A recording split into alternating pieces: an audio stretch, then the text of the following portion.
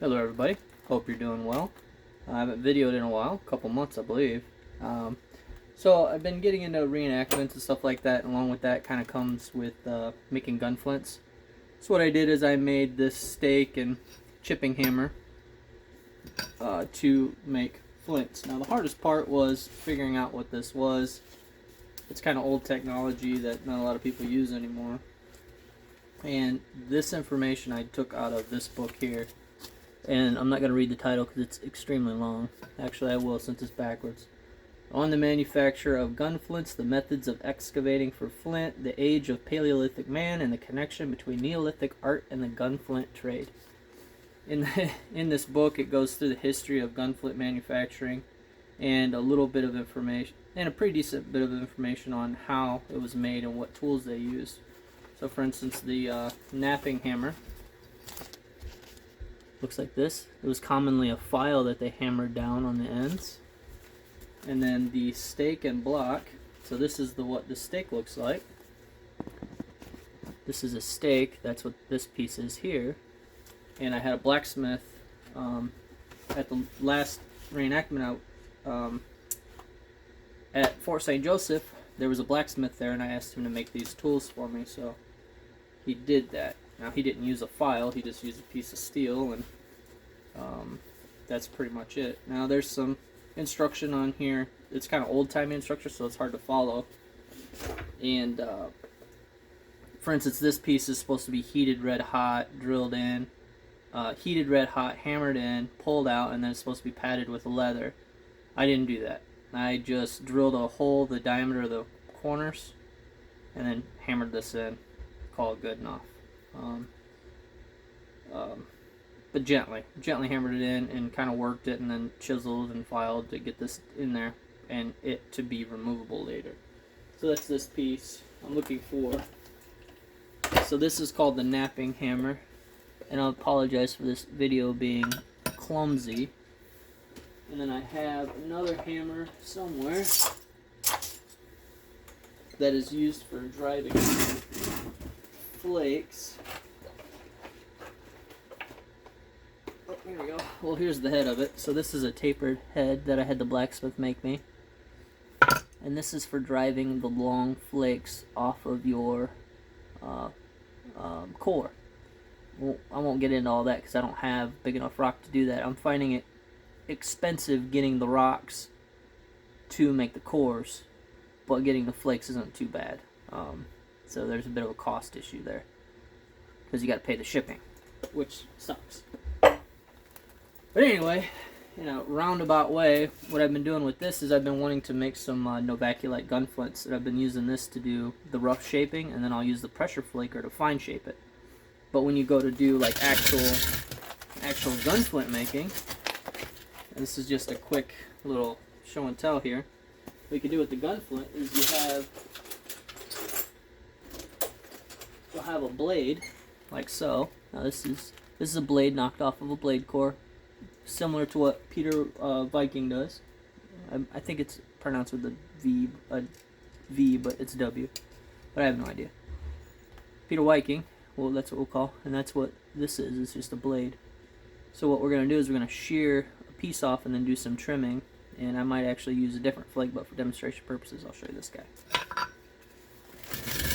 So all your flaking is on the smooth side, this side here. So then what you want to do is hold on to the piece you want to keep, and then I tap it till it feels solid and doesn't rebound in my fingers, and then give it a pop. Sometimes it breaks right, sometimes it doesn't. And then what you can do is just trim through, and then you get it close to size. So here's a fairly usable gunflint, and then let's say I want to work this edge, I can turn it and just gently brush this sharp edge, and then that cleans that up nicely. So this is a nice little gunflint here. If you guys have interest in this, I can get a little bit deeper into it, but for today I just wanted to show you real quick because I've got some Novaculite chunks that I've been rough shaping into squares, and then I'll pressure flake those into gunflints, and I made a few yesterday. So for instance, we got this piece here. It's about 1/8 inch thick, so this would make a fairly thin gunflint, but I can turn this into a square pretty quickly instead of using the normal method. So That's what we're going to try to do without breaking it into a bunch of pieces. I wish I could have had a better angle for you guys, but this is about as good as it gets, so I apologize. So we're just going to square that off. This is the piece I want to keep.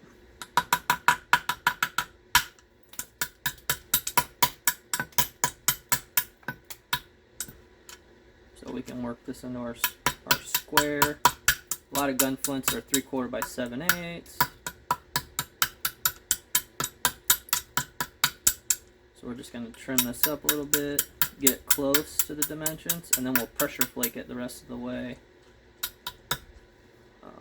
to what we need. Now this one's a little bit isometric, but we'll pressure flake that one a little bit closer. But you can see it didn't take any time at all to get to this shape. So what I've been trying to do is figure out how to make bifacial flints quicker and then utilize some of the smaller chunks and pieces that I wasn't going to make anything out of anyway. Granted, I could go through and make a bunch of Aggies and stuff like that, but it's just a bit of a change in interest at this point in time. Not that I'm not still interested in doing points, it's just this has been kind of one of those peaked interests. I've also gotten into bark tanning deer hides, so that's what I'm currently working on in the basement, which is also part of why I haven't been filming. It was also super cold, so there's a lot of excuses. But so that's pretty close. That's 15/16 by 15/16. So what I'll do is I'll go ahead and pressure flake this all the way around, and that'll be in the next video. But I'm gonna, or not the next video, but in a few minutes, I'm gonna go ahead and try to trim up another one. So, and I have a sheet somewhere with all the different sizes. So now we want to try to find that piece. Here we go. So now we have this piece here, which might be another flint in there, maybe a small one. If I trim that bulb off, which can be tricky sometimes. Trimming is probably the hardest part. Back in the day, the Flintknappers of Brandon, England were knocking out flints crazy fast. They were also able to get multiple flints out of a single blade. I can usually get maybe 2, depending on the quality of the blade, but these are like rough flakes and stuff that I've been dealing with. But there's a lot of really cool, interesting history with gunflint manufacture that if you guys are interested, I could share with you. And I may just make a video anyway for fun, but... So here's another one, which we'll clean up with pressure. This one's got a little bit of a twist to it, but really gunflints just need to spark. We'll try to do one more real quick. We're at 8 minutes, so we'll do one more. That one got too small last time, so I'm just going to grab another chunk here. Here's another chunk, you know, somewhat fairly unusable. We got a big bulb here that's a little weird. It's really thin, but there might be a flint right in the center, so maybe not. That one's pretty wonky. Novaculite's kind of expensive, so being able to use up everything is kind of nice. And I like the gunflints to be a little thicker, so...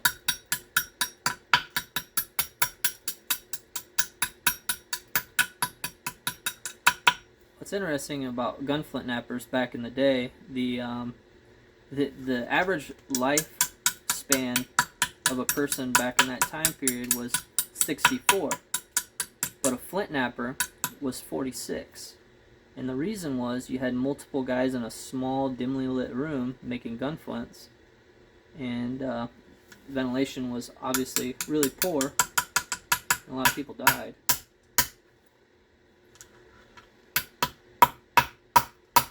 The invention of the cap lock muzzle loader was the downfall of the gunflint manufacturing. At least had a huge thing to do with it. Now when you're working blades, you wouldn't normally flip it over. You would only work one side. Hopefully you guys can hear me. So here's another rough square here, which we can pressure flake into something a little nicer. So, hopefully, if we can get that little twist, but that twist can maybe go on the back and then they can clamp it this way, just depends. there's another one. So we got 3 squares in 10 minutes. It's not bad. So I'm going to pause the video, move this over, and then I'll restart, and we'll do some pressure flaking. Okay, back with you guys. That log's a little heavy. Alright, we're going to go ahead and just try to pressure flake these guys. Now when I do gunflints and pressure flake actual gunflints, I don't use antler, I use copper. Just because I'm making gunflints. I'm not making projectile points. So for me, it just doesn't matter. So we're going to go ahead and just clean this guy up, get a little bit of bifacial action going. Hopefully you guys can see okay. So we're just going to pick it down, get some things cleaned up here, try to get it flattened and leveled out. Indirect works really well for cleaning these up. And we want to be careful to not overdo it and make it too small. You've got some leeway, it just needs to be close. I've been trying to figure out a way to make bifacial flints faster, therefore making them cheaper, because nobody wants to spend $5 a flint, even though it takes 15-20 minutes to do one the long way. So, and I think you get a little bit more workable, you get more workable sides when you do it this way. And I think it looks cleaner.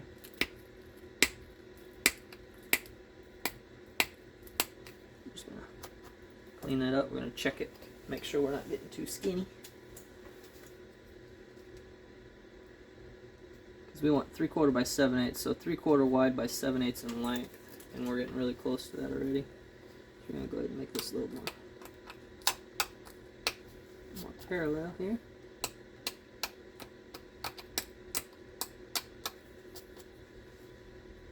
Hopefully you guys find an interest in this.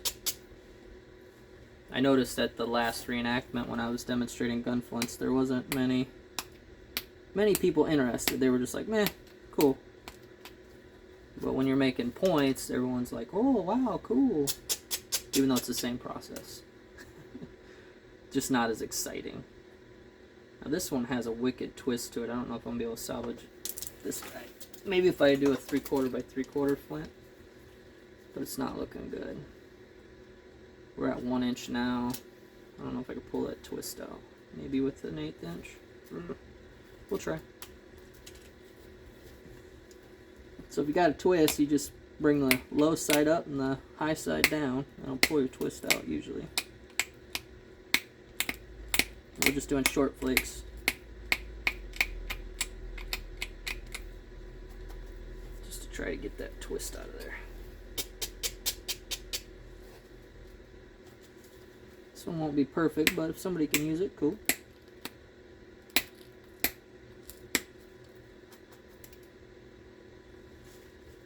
The other issue I have with making gunflints is the guys generally want them thicker, and that is not how you do projectile points. When you do projectile points, you want it as thin as you can get it. So then you get into gunflints, and they're like, ah, we need it thicker, we need it thicker. And you're like, crap. I don't know how to do that. Not anymore.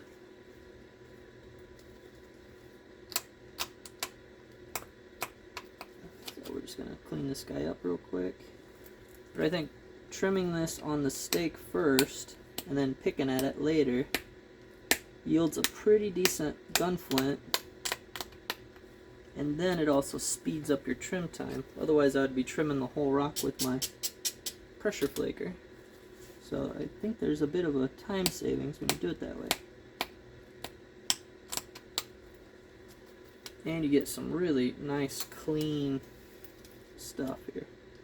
So I'm at 15/16 by 3/4, so I think that'll work for 3/4 by 7/8. We'll trim it just a hair more.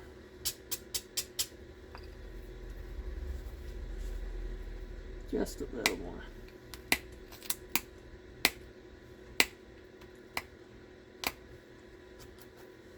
I read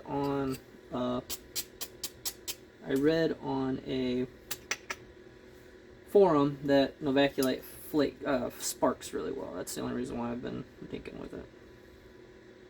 So there's 7/8 by 3/4. So here you go, little gunflint. Novaculite gunflint. It's not going to show up in the camera well because it's white. Not too bad, I reckon. I think with some leather in the jaws, that'll hold tight. So there's that one. Go ahead and try to knock out the other two real quick. Here's the other one. Here's the one we rough trimmed. So we'll go ahead and work this guy.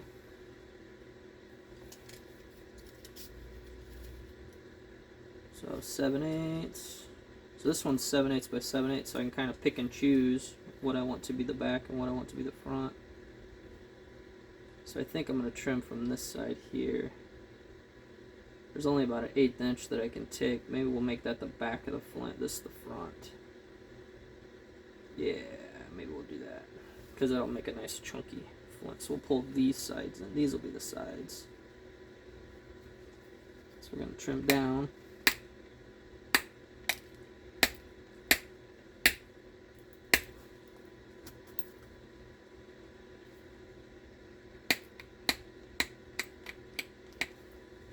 And another reason I'm not using antlers is because copper just works so much better. The tip is stronger. You don't have to resharpen your tool as much. And when you're just trying to knock these out as fast as you can, and it works. And it works well.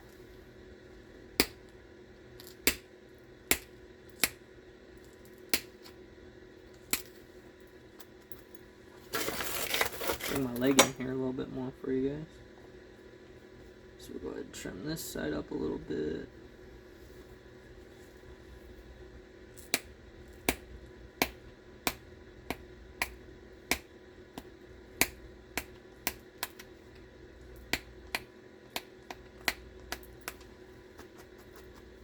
You guys let me know if you want another video with a little more information on gunflints, and I can do that. But like I said, some people just don't have an interest in it. I don't want to bore you any more than I already have.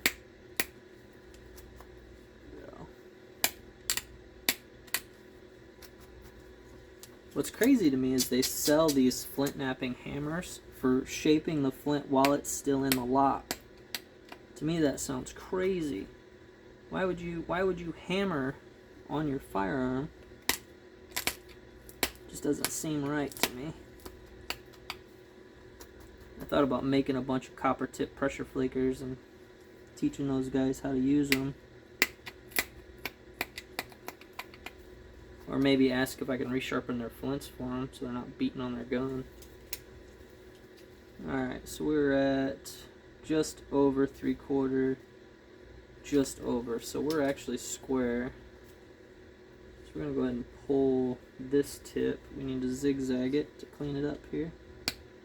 To get it centered. Right now it's kind of got a weird little hoop-de-doo. I need a sharper edge.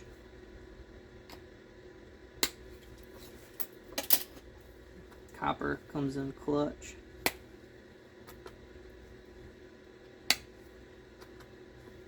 For this one here. I said came in clutch. I've been watching too much of YouTube.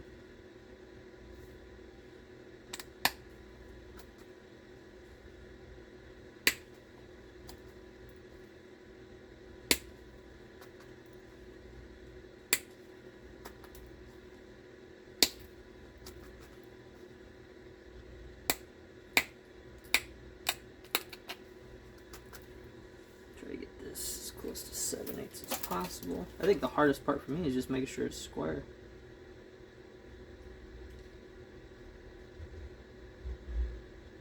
Just over, just under. How about that? And there are leeway. There's a bit of leeway with the dimensions too, so it's not the end of the world. At least so I understand. I don't have a flintlock yet. I hope to get one in the next couple of years, but it's not the top of my list right now. Right now my interest is peaked in bark tanning deer hides.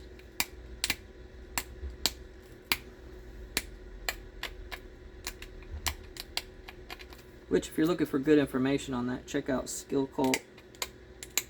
Their YouTube channel is really good. I've spent a lot of time on his channel. And then there's also braintan.com. They have a lot of good information as well.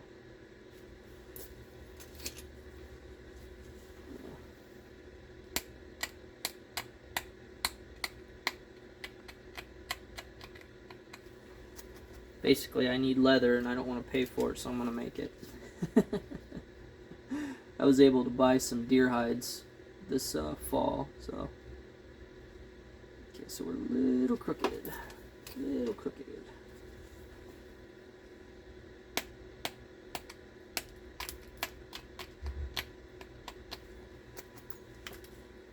Doesn't have to be perfect, just has to be close. So there's 7/8. There's 3/4. Here we go. Gunflint number 2. Fairly consistent thickness, actually quite flat, which is nice. The guys like them when they're flat. Pretty decent beveled edge. So I like to make them like a hair bigger or dead on so they can be resharpened, but so far, so good. We got one more to do. This is the one with the wonky twist, so we'll be playing a lot with that. And we'll probably bring this side in and do most of our flaking on this side. Ugh, maybe. I don't know if this one's going to survive. Might not.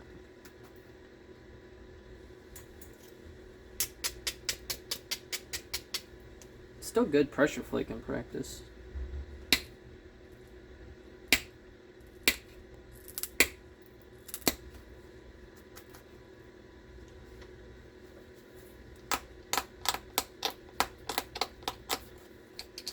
Where are you going? Get back over there. We're just gonna keep pulling that side in until we can get it flattened out.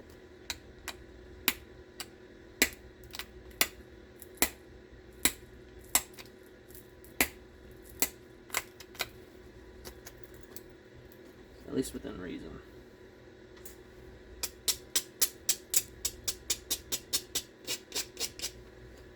Gotta check the width here. We're getting close, I think. Yeah, we're at 7/8 now, so we need this to work.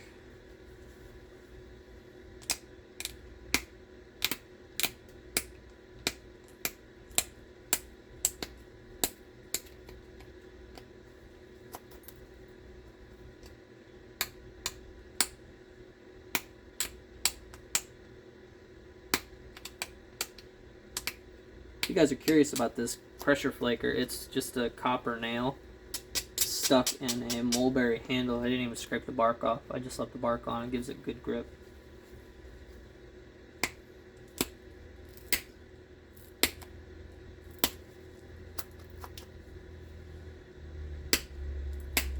You can also use a ground rod, copper ground rod. Okay. So let's see what we got cooking here. Alright, we're at 3/4. This side is a little yucky. Let's see if we can clean that up just a touch.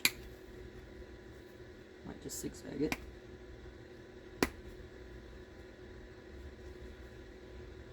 Maybe. Nah, we'll leave it alone. So the front of the flint, I think we'll make this the back of the, no. Man, I think it's yucky. We'll make this the back of the flint. And this will be the front. I think it's about 1 1/8 long. 1 1/16. So not bad on the eyeball. Let's go ahead and clean this up. We only need 7/8, so that's what we're cleaning towards here.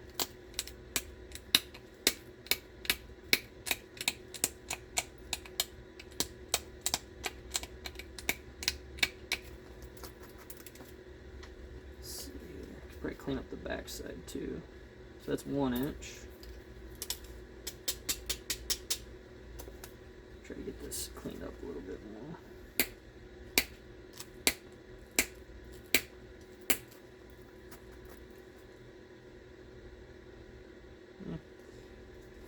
it's usable or not.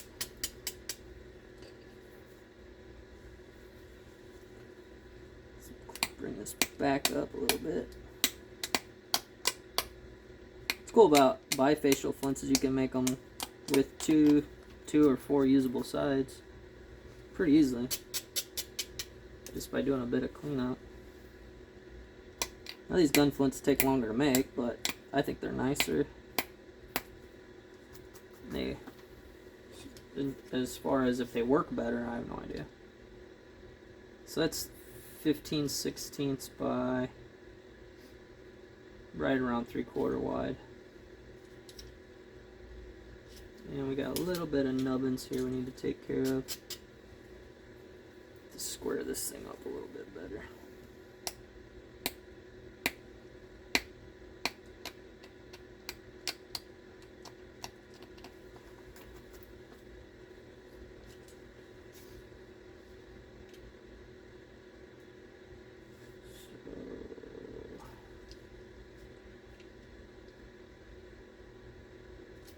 A little bit off still. We're gonna have to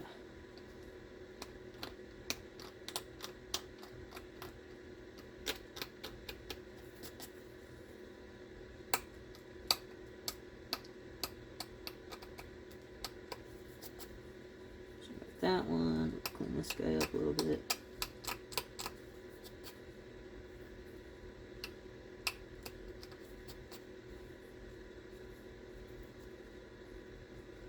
So that's not too shabby. It's got a bit of a twist to it. Hopefully they can put a piece of leather in the jaws to hold that steady. I don't know how well that would work. It's a little wonky, but little gunflint here. It's not perfectly parallel and square. It doesn't have to be. Just needs a flat face-ish. So yeah, here's number 3. So 3 flints in 20 minutes. It's not terrible. It's not great, but here's 1, 2, 3. 3 little flints. It looks like we got time. I can show you guys how to trim a blade into a flint, which I already did earlier, but I didn't do a very good job. So let me try to find a better quality blade, and I'll show you how they would have done it in Brandon, England, back in the day. Let me pause this. Alright, back with you guys. So I'm going to try to turn the log and do it sideways so you guys can see what I'm doing. It's going to be a little weird for me, but it won't be too bad. So here's a really good flint blade right here. I'm hoping maybe to get 2 or 3 flints out of this. It's really nice. So what we're going to do is try to trim from here down. So what we'll do is we'll hold it kind of like so, and then what we're trying to do is feel where it hits solid. Oops. Well, that's still a usable piece. We'll try again. Awkward angle for me. There it goes. So now we can square that up a little bit. Come over to this side. Square that up, which I didn't do much, as you could hear. This is really awkward for me because I'm all sideways.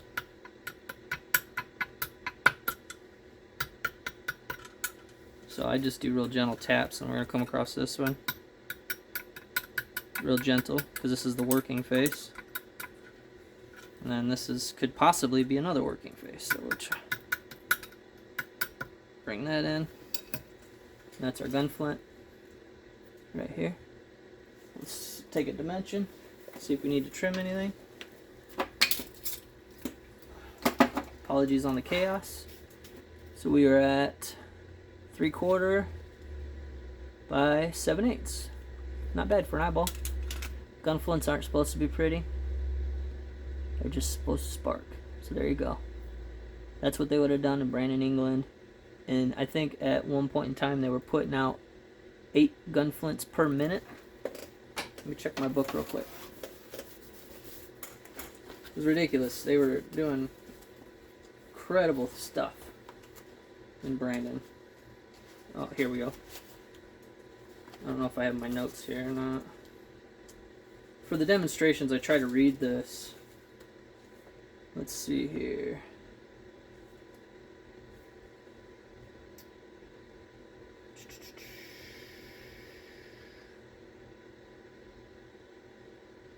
I got a note here out of the book. It says Brandon England employed 200 Flintknappers and exported 1.5 million flints per month. At top speed, Flintknappers could make 8 flints per minute. I can make one every 5 minutes. Yeah, so, but yeah, these are my notes. But if you guys want more information, just pop it in the comments and we can go through my notes here and I can read them to you and give you a little bit of a history lesson on it. But that's all I have for you today. Did a couple of gunflints, but that's been my interest as of late. And then also the bark tanning of the deer hides. I don't think I'll ever shoot a video doing that because that's a lot more involved. But I'd say not too bad for 30 minutes. You got 4 gunflints here. So, and these will work. So appreciate you guys' time, and take care and be safe.